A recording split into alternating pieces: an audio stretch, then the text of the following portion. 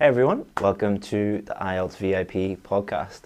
Thank you very much for joining us, and a big thank you to all the Namibians out there who listen to the podcast. We are in the top 10 anyway in Namibia. Last week we were in the top 6 in Romania, so we're making great strides with this podcast, and thank you very much to all the people who have subscribed to the podcast and given it reviews. It does really make a huge difference to us, so thank you very much. I think we're on which episode are we on now? 9. We're on episode 9. So this podcast was really just an experiment. We didn't know whether it would be successful or not. We haven't decided if it is completely successful or not. We'll give it to Christmas, will we? Give it to Christmas and see if it is successful. But the premise of it was, we have a very successful IELTS course called the VIP course, and on the VIP course what they can do is they can interact with us because they're all in a Facebook group. We came up with the idea of, why don't you guys, our VIP members, give us some questions. I'll make a podcast and go into a lot of detail on just one question. Instead of me answering, giving just a one-sentence answer or a one-paragraph answer to multiple questions, I'll take 2 questions a week and make 2 podcasts. So that's what this is. Now, last week we did connected speech. So if you didn't check that out, you can go back and check that out. But we got really good feedback. It seems a lot of people want to know how to practice pronunciation at home. So what we're going to do today is a similar podcast on intonation. So on the IELTS speaking test, there will be a number of pronunciation features that the examiner will be thinking about. They'll be thinking about the clarity of what you're saying. In other words, can they understand what you're saying? But they'll also be thinking of higher level pronunciation features. Things like connected speech, weak sounds, word stress, sentence stress, and intonation. So what we're going to do in this podcast is we're going to look at what intonation is. I'm going to tell you about my wife and my son to demonstrate why intonation is important. Then we're going to look at why it's important within the context of IELTS. And then what we're going to do is we're going to give you a short-term solution for improving your intonation and a long-term solution. Because with many things on the IELTS test, there is a way to quickly improve things, and then there is a more effective way that takes a long time and a longer or a bigger amount of or more hard work, basically. So what is intonation? So you've been listening to this podcast for 2 minutes or something like that. You heard me using intonation in every single sentence that I am using, and it's the basic way to describe it. It's the normal change in tone, your tone going up, your tone going down. It's a natural change in tone when a native English speaker is talking. They have learned this from birth. They learn it from listening to people when they are children, when they're babies. And it's very important because it conveys a lot of information. So if you're reading and you just read a sentence, the words on the page give you information, the context gives you information, but there's no intonation. So it's lacking that information that you can convey through changing the tone of your voice. And it's really important because it changes meaning. It can completely change the meaning of a sentence, part of a sentence, or even just one word. So let me demonstrate this to you by telling you about my wife and my son. So my wife, Wynne, who's probably listening to this, watching this live, Wynne and I are not only married, but we work together. So Wynne looks after our HR within the company and our finance and our payroll and all of those different things. So as a husband and wife, when you work together, sometimes there can be a little bit of tension, or there can be, you can have disagreements, let's say. So normally when I go home from a day, so I work in the office, Wynne works from home, and normally when I go home I'll say, Wynne, how was work today? Or how was everything at work? Wynne will normally say one word to me, fine. Okay, so that's just one word. But she can mean many different things by stating that word. So for example, if I go home tonight and I say to Wynne, how was work today? And she says, fine. So going up, the tone is going up. That means literally everything was fine. But if I go home tonight and I say, how is everything at work? And she says, fine, fine. So the tone is completely different. The intonation is completely different. One's going up, one goes down. The first one means everything's good. The second one means I'm not getting any dinner because she's angry with me or something bad has happened. Or she might say, like I go home and I say, how is everything at work? She might say, fine. All right, so it's a longer tone. Intonation is a little bit different. Or fine, fine. That means, what do you think that means? Listening to that, fine. What would you say, Justin? Ruth? Middle of the road. So-so. Yeah, it means so-so. I mean, most things are fine, but there's this one little thing that you did that really annoyed me, and I'm not happy about that. So, I mean, so you can see just one word, by changing the intonation, can completely change the meaning. The same thing this morning. So this morning, Wynne actually had to go away really, really early. Wynne normally takes my little boy Tom to school, but she had to go to a meeting early this morning. So it was myself and my mum who were looking after Tom and getting him ready for school. Now, Tom wouldn't put his coat on because he wanted a different coat because he's 4 years old. And we were in a rush because I needed to get to work. So I said one word to Tom, which was Tom. So I said, Tom. Okay, Tom. And my mum, who is Tom's grandmother, she said, Tom, Tom. Now, who do you think Tom paid attention to? All right, so did he pay attention to me or my mum? So my mum was saying, Tom. Tom completely ignores her, completely ignores my mum because my mum loves him so much and spoils him, typical grandmother. But I said with completely different intonation, Tom. And he immediately went and put his coat on because he knows from that, because the intonation just automatically, he paid attention even as a 4-year-old. And this is, as you can imagine, very, very important when you are naturally just speaking to people. Because if you use the wrong intonation, you can give someone a message that you didn't intend. You could, for example, if you were in a job interview, at the moment we have someone who hopes that they can work here with us for an interview. We'll not tell them his name in case his current employer is listening. I don't think they will be. But so if he met me and he was to say, "Hi Chris, how are you? Hi Chris, how are you?" Like, that is giving me the message that A, he doesn't care about the job, he doesn't like me. Or if he meets me as he did this morning, "Hey, how's it going? You know, how's things?" Natural intonation, friendly, open. That tells me that he's, you know, interested in the job and he's a nice guy. Hopefully. So you can see how important intonation is. Within an IELTS context, IELTS or intonation is only important for people who need a 7 or above. So the most important thing within an IELTS context is clarity. Can the examiner understand what you're saying? If there's something wrong with your clarity, if there's something wrong with your pronunciation of individual words, you should focus on that first. Don't worry about intonation, sentence stress, word stress, connected speech. Don't worry about those things. They are advanced techniques for people who need a band 7, 8, or 9. If you just need, for example, if you're at a band 6 or a band 5 for speaking, and you need to move up to a 7, I would focus on clarity first. But if you are, you know, around a 7, you need a band 7, 8, or 9, keep listening.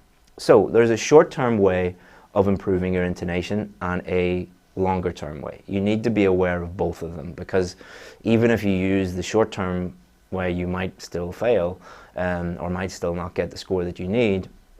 And also, just from a day-to-day point of view, why are you doing the IELTS test? You're doing the IELTS test so you can, you know, get the job of your dreams, move to the country of your dreams. It's a good idea to learn and improve your intonation, even if you get the IELTS score that you need. So, short-term solution. So, the thing about intonation is it's connected to how you feel about something. It really conveys your emotions and your feelings about something. As I just talked about with the example with my wife and my son, and the changes in intonation are conveying information, and it's really linked to how you feel about something.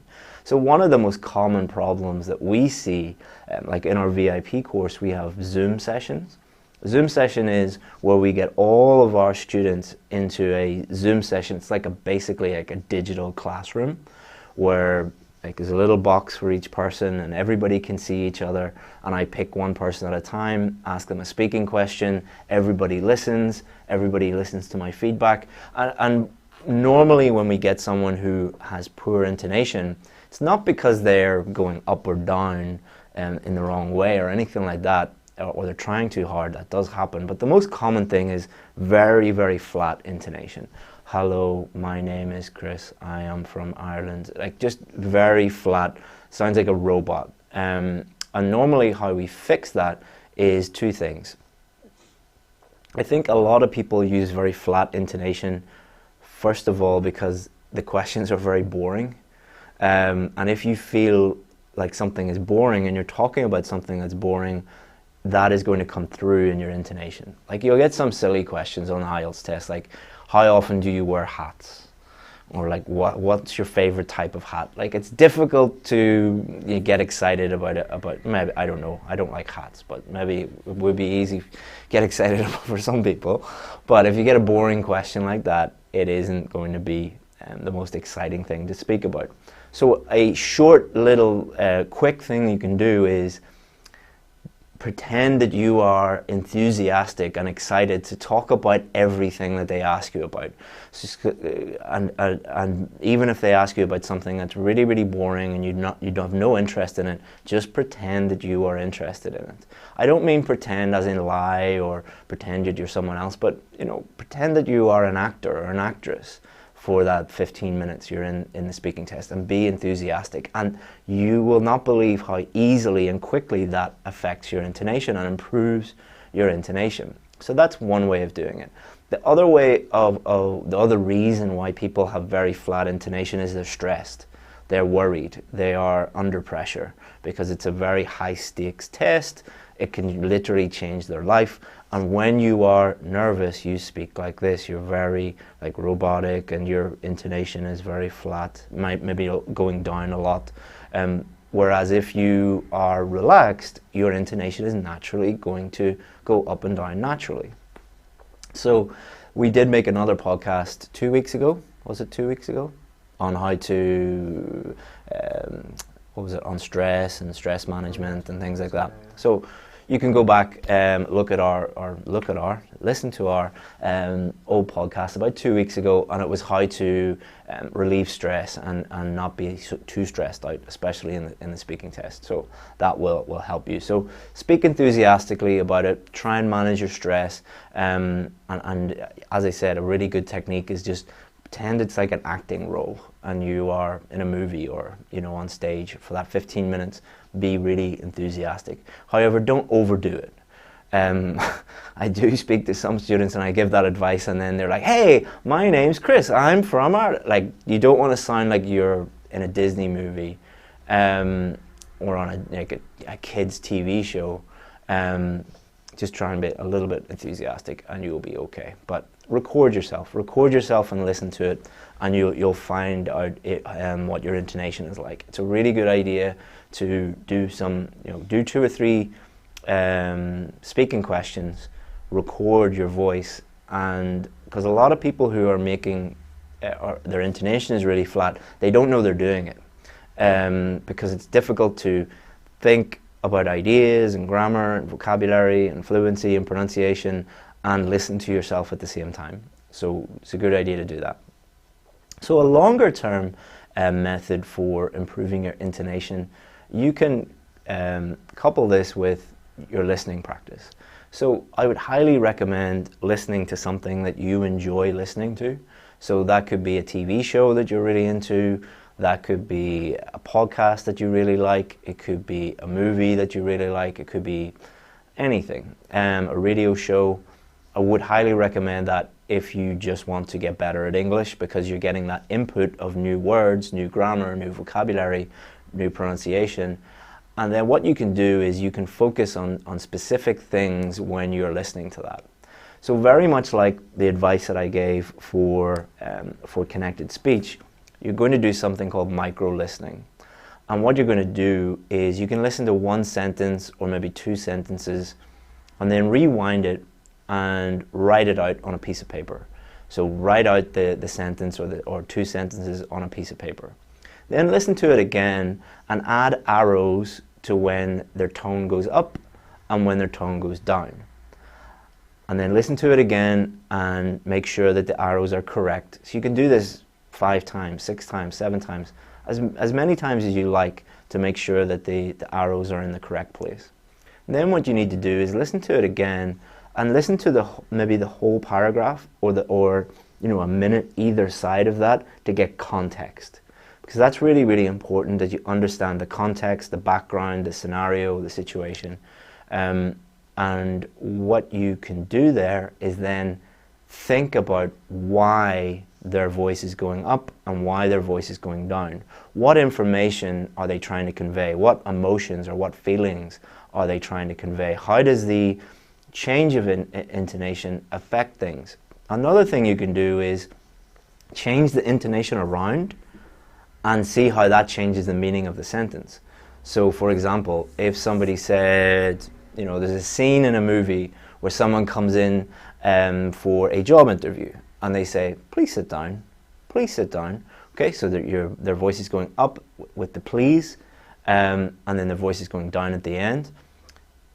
Write that out on a piece of paper and mark the intonation and then flip it around. So instead of going up at the start, go down. Please sit down, please sit down. So you're changing the whole meaning. One is, please sit down, really polite, happy to see you. The other one, please sit down. That means the person is busy or they don't like the person or whatever. But it changes the meaning of it. So you can flip it around. And then what you're going to do is you're going to practice that intonation, the correct intonation, by mimicking them, by copying them. But the most important part of that exercise is the thinking about meaning. The thinking about why they went up and why they went down. Because there's no point in mimicking someone without thinking about why they're doing it. So you can copy someone, but unless you understand why, like, if a parrot can copy what I say, but a parrot can't have a conversation with you. You don't want to become a parrot, like those birds that copy what you say. You don't want to become a parrot and be able to copy good intonation but not use good intonation. Same with vocabulary. There's no point in copying lots of words or learning lists of words without any context or without knowing how to use them.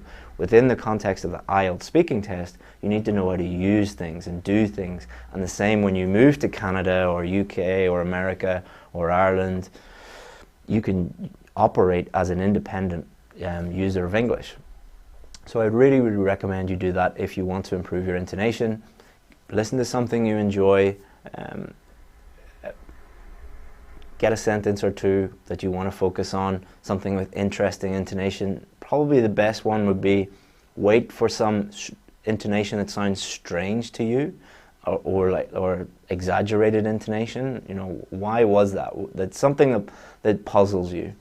Pause it, listen to it again, write it out, add the arrows in, play around with it, change it if you want, then copy it, and most importantly, think about why they did that. And if you do that, again, this is a long-term strategy. If you do that over 3 months, 6 months, a year, if you did that every day or 3 times a week or something like that, you will be amazed at the progress that you'll make. And I'd especially recommend that to anybody who wants to move to an English-speaking country, because it's going to make your life much easier. Like with basic things like friendships or relationships. Do you want to let your girlfriend or your boyfriend, or your husband, your wife, your kids know how you feel? Be really important that you learn correct intonation. So hopefully you enjoyed that podcast. Next on Thursday, what are we doing on Thursday? Thursday we are doing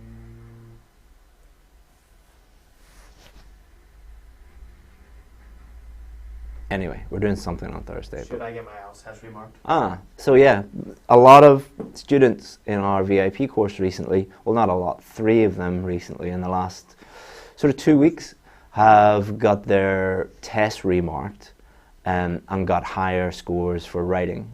So considering we only work with a very small number of students, that's quite a significant number of people who've seen that. So one of the students wants me to do a whole podcast on when should you apply for a remark and when should you not apply for your remark, because you shouldn't automatically just apply for a remark, because there's certain things that you need to think about before you do that. So well, on Thursday we'll talk all about that. Thanks again, and thanks again for the people who are listening. Thanks for subscribing, thanks for giving it those lovely 5-star reviews, and thank you to all the people who haven't given it 1-star reviews. Stay away from those reviews if you if you want to give it 1 star. Alright guys, thank you very much, and I'll see you on Thursday for another podcast. We will also be live tomorrow on our Facebook page and our YouTube channel.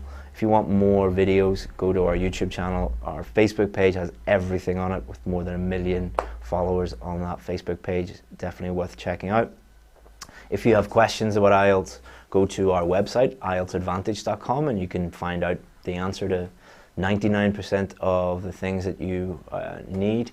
And if you have a specific question, or if you want to work with us, if you want our help with your IELTS preparation, you can email me, chris@IELTSadvantage.com. Thank you very much, guys, and see you again soon. Bye-bye.